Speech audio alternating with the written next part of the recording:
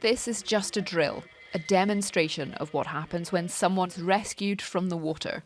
It was part of the multi-agency water safety day held at Coldingham Bay over the weekend.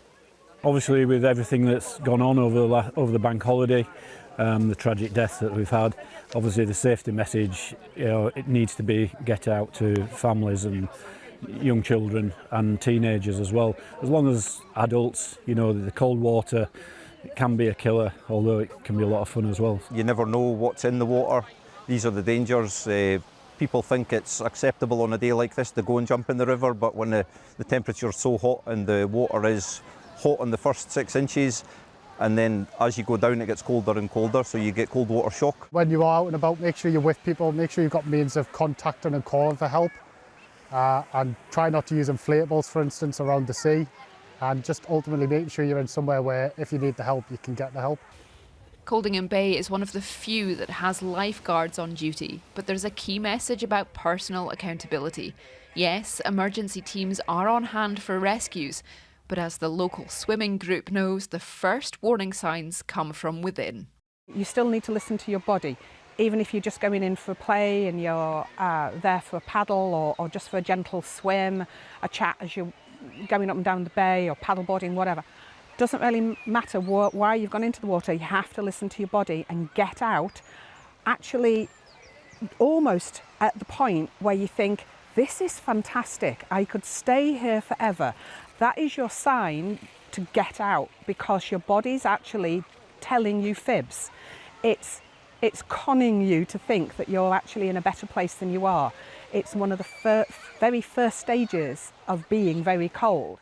The recent heatwave saw many of us head to our lochs, our lakes, our beaches and our bays, but it also saw a record number of people tragically die from drowning across the UK.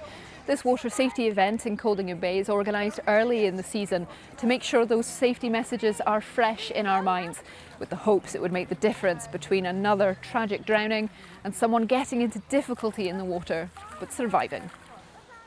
It's the second year this event has been run, and it was organised by the Coldingham Brave Bayers and the RNLI lifeguards, and has the thumbs up from these beachgoers.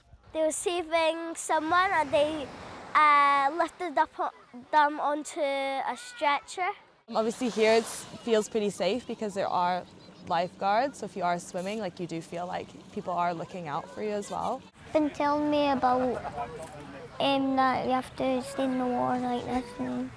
If you go beyond the flags, there's a chance that you may get hurt. I mean, it's super important, obviously, especially now in the summer, and the fact that people really don't know much about waters and sea and tides and all that. Well, yeah, I think my son was a lifeguard here for many years, and so we learnt a lot from this about water safety and about the currents and the tides. One of the key messages of the day was float to live. The advice to float on your back with minimum effort if you get caught by a current or are experiencing shortness of breath from cold water shock. So I decided to give it a go.